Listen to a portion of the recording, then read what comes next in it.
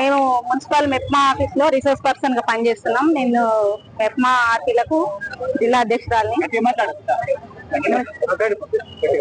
అధ్యక్షురాలిని. ఇప్పుడు మేము గత 6 నెలల నుండి మాకు అంటే ఇప్పుడు మా కామారెడ్డిలో మైక్రో ఫైనాన్స్ బాగా నడుస్తున్నాయి.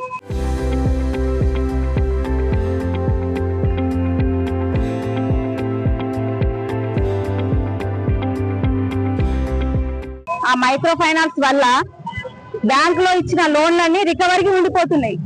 ఆ రికవరీలో ఏం చేస్తున్నారంటే బ్యాంక్ మేనేజర్లు 7:30 కానీ 8:30 కానీ వాళ్ళకి వీలైనప్పుడు డే అలా కాకుండా వాళ్ళకి వీలైనప్పుడు 7:30-8 గంటల వరకు రికవరీకి రమ్మంటున్నారు.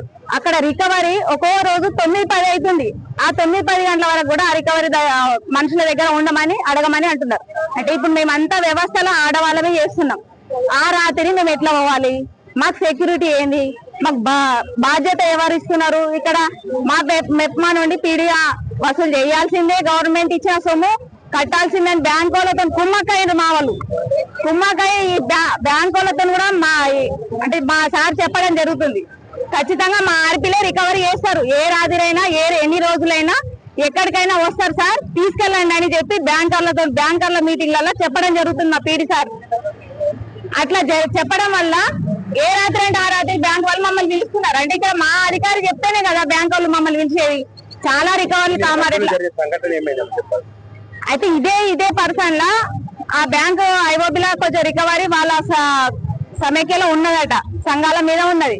సంఘ సభ్యుల దగ్గరికి రికవరీ కానీ బ్యాంక్ మేనేజర్ మా 7:30కు అట్లా ఊరికి వెళ్ళి అమ్మ చంద్రకళ నేను రికవరీకి వచ్చిన రండి అని చెప్పి ఫోన్ చేసిందట.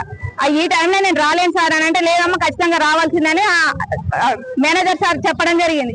ఆమె వెళ్ళింది, ఆమెకు బండి ఉంది, వేసుకొని వెళ్ళింది. అక్కడ చీకటి రాత్రి చాలా ఏరియా డేంజర్ ఉంది అక్కడ. ఆమె వెళ్ళింది, 2-4-5 ఇళ్లలో వసూలు చేసి. అంటే ఇప్పుడు మాకు అనుమానం ఏంటంటే ఆ రికవరీ ఎవరైతే కట్టే వాళ్ళు ఉన్నారో వాళ్ళే ఆమె పైన దాడి చేసిరని మాకు అనుమానం ఉంది. అదే విధంగా ఆమె పోయిన విధంగా ఇప్పుడు మాకు 60 మంది ఆర్పిలం ఉన్నాం మేము, మాకు సెక్యూరిటీ లేదు. మాకు అన్ని 60 సమైక్యలలో రికవరీ ఉన్నది. ఆ రికవరీకి ఇప్పుడు ప్రతి ఒక్కరిని పొమ్మంటున్నారు. రికవరీ పోయిన తర్వాత మా పరిస్థితి ఏంటి? మాకు భద్రత ఎవరిస్తారు? గవర్నమెంట్ ఇస్తుందా? మా అధికారులు ఇస్తున్నారా? ఎవరిస్తున్నారు? మాకు అట్లా ఎట్లాంటి భద్రత లేదు. కాబట్టి మేము ఈ రోజు నుంచి మా పనులన్నీ బహిష్కరించి మేము పనులకు మేము వర్క్ చేయము. మాకు ఏది మా పీడీ సార్ మాకు భద్రత కల్పిస్తాడా? మాకు కమిషన్ కల్పిస్తారా? లేదంటే మాకు ఎవరు వాళ్ళ ద్వారా మాకు మాట ద్వారా వస్తే మేము అప్పుడు పనులలో జాయిన్ అవుతాం. అప్పటి వరకు మేము పనులన్నీ బహిష్కరించి ఇళ్ళలో కూర్చుంటాం. పనులు మానేసుకుంటాం. ఇప్పటిదాకా అంటే ఇప్పటి వరకు మేమే చేసినాం. ఈమె ఫోన్ చేసింది, వాళ్ళ అక్క చంద్రకళ మా చెల్లె ఇట్లా సీరియస్ ఉంది మరి ఎట్లా సార్ అని నిన్న ఆమె ఫోన్ చేసేదట. సరే అమ్మా నేను వేరే ఊర్లో ఉన్నా, ఇప్పుడు ఇక్కడ లోకల్లో లేను, వచ్చిన తర్వాత అంటే ఈ రోజు ప్రోగ్రామ్ మమ్మల్ని ఖచ్చితంగా రమ్మని ఫోన్ మెసేజ్లు పెట్టి మమ్మల్ని అక్కడ ప్రోగ్రామ్ సక్సెస్ చేయించిన తర్వాత ఇప్పుడు వచ్చి చూసి వెళ్ళిపోయారు. వెళ్ళిపోయిన తర్వాత ఒక 10 నిమిషాలు కూడా ఉండలేదు. మరి ఎట్లా సార్ ఆమె పరిస్థితి ఏంది? ఆమెకు పెట్టుకునే పరిస్థితిలో లేదు. లక్షలు ఇక్కడ బిల్ అవుతుంది. గవర్నమెంట్ హాస్పిటల్ పట్టమన్నారు, నిమ్స్ కు తీసుకెళ్లమన్నారు. వాళ్ళు తీసుకుపోయే పరిస్థితిలో వాళ్ళు లేరు. భర్త చిన్న పిల్లలు ఉన్నారు, ఆ భర్తకి ఏం తెలియదు, తీసుకుపోయే పరిస్థితి లేరు. కాబట్టి మేము నిన్న కొంత చందా వేసుకున్నాం. ఆడపిల్లలందరం చందా వేసుకొని వాళ్ళకి ఇవ్వడం జరిగింది. ఆ దాంతో ట్రీట్మెంట్ ఇప్పుడు జరిగింది. ఇప్పుడు వచ్చే బిల్లు లక్షలలో వస్తుంది కాబట్టి వాళ్ళు కట్టుకునే పరిస్థితిలో లేదు. ఆ టైంలో మీరు మరి మా పీడి గారు సాయం చేస్తారా? మరి ఈ తీసుకురమ్మన్న మేనేజర్ గారు చేస్తారా? మీరు మీ మీడియా ద్వారా మాకు వాళ్ళకు గాని చంద్రకళకు గాని న్యాయం జరగాలని మేము కోరుకుంటున్నాం. ఇట్లా ఆర్టీగా చేస్తుంది, చేసినందుకు రికవర్కి వెళ్ళాలి రండి అని చెప్పి బ్యాంక్ సార్ ఫోన్ చేసి తీసుకొని పోయాడు. 6:30 నుంచి 8:30 దాకా రికవర్ చేసుకున్నాక ఏం చేసిండు, అక్కడ ఆమెను వదిలిపెట్టేసిండు.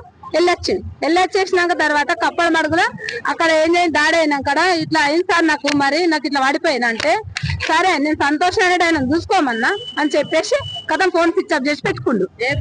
ఇది మన ఎస్బీఐ ఐబోయ్ ఆయన సార్ పేరు ఏం పేరు ఉంది, సాగర్ రెడ్డి సార్ అని అంటే అక్కడికి వెళ్ళిన తర్వాత చూసుకోమని అంటే 12 గంటలకు అంబులెన్స్ అక్కడ నుంచి కామారెడ్డికి తీసుకొచ్చింది వడ్లూరు నుంచి. తీసుకొచ్చినప్పుడు నువ్వు చెప్పిన వాళ్ళని నీకు చెప్పలేరా సార్ అని నేను నిన్న పోయి అడిగితే నాకేం చెప్పలేదు. ఆమె కేసు చేసుకుంటావా, కలెక్టర్ దగ్గర పోతావా, ఎక్కడికైనా నేను సిద్ధాంతది అని అంటుంది బ్యాంక్ సార్. నాతో నేను ఏం చెయ్య, రికార్డ్ వరకు పిలిపించినా ఆమె కావాలని అడిగింది, కావాలని యాక్షన్ చేస్తుందని అంటుంది. కావాలని చేస్తుందంటే మరి అతన్ని బ్యాంకు ముందు వేసినాం, మరి వాంతలు అవుతున్నాయి, మన్ను పట్టించుకోవడం లేదు. మళ్ళీ ఏంది మన ఈ మున్సిపల్ ఈ సారు పీడి సారుకు 3 రోజుల నుంచి, మన శ్రీధరెడ్డి సార్ 3 రోజుల నుంచి చెప్తే ఇప్పుడు వచ్చి కాలు చూసి మీటింగ్ చేయించుకొని భోజనం చేసి వచ్చి ఇక్కడికి వచ్చి చూసి తీసుకొని వచ్చింది. వచ్చి పోతే నేను కారు కడ్డం తిరిగితే నేను మళ్ళీ అమ్మ కారు నుంచి నూకేసి పీడి సార్ వెళ్ళిపోతాడు. మరి పరిస్థితి ఏం కావాలి? పిల్లలు చిన్న ఉండు, మరి న్యాయమా ఇది? అన్యాయమా? ఇదొక మహిళని ఇట్లా చేసి దాడి చేసి ఒక ప్రాణానికి సిద్ధాంతమా ఇది?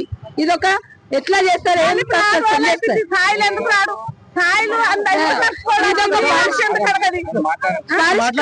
పరిష్కారం అనేది లేదు, ఒక్కళ్ళు కూడా పట్టించుకోవడం లేదు. వీడే పట్టించుకోడు. మళ్ళా ఏంది ఏమన్నా అంటే వీడేమంటాడు, వస్తామ్మా నేను గాంధాలో మీటింగ్ చేసుకుంటున్నా, లంచ్ చేస్తున్నా అంటే ఒక మనిషి సీరియస్ ఉంది చనిపోయినా కూడా నేను లంచ్ చేస్తున్నా, అన్నం తింటున్నా, నేను వస్తా 8 గంటల దాకా అక్కడనే బ్యాంకు ముందు వేసుకున్నా కూడా బ్యాంకు సార్ వచ్చి కనీసం బయటకు వచ్చి కూడా చూడడం లేదు. అంటే అంత విరక్తి వచ్చి ఒక మహిళను అనేది తీసుకెళ్లడం బాధ్యత నీది.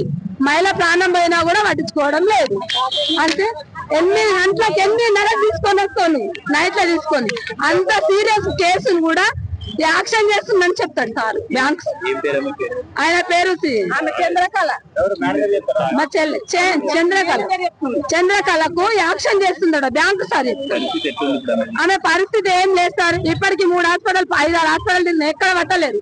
ఎక్కడ పట్టకపోతే ఇక్కడ కూడా పట్టకపోతే రికమెండేషన్ కొద్దని 5 సంతకాలు తీసుకొని ఎంఆర్ఐ స్కానింగ్ అవన్నీ తీసుకొచ్చి చూపిస్తే ఇంకా డాక్టర్ రాలేడు. అది చూసిండు, నడుస్తుంది, ఐసీలు ఉన్నది, ఏం గ్యారంటీ ఏం చెప్తారు? ఇక్కడ ఉండాలి మీరు అన్నాగానే కాదు, నేను తీసుకోవాలని చెప్పినాను, అయితే మీరు ఇబ్బంది పెట్టకండి అని అంటు. మరి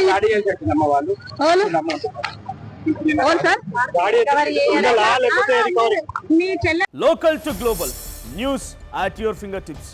మీ చేతిలో ఒక ఆయుధం. Download Raa TV app. Media legend Ravi Prakash is back.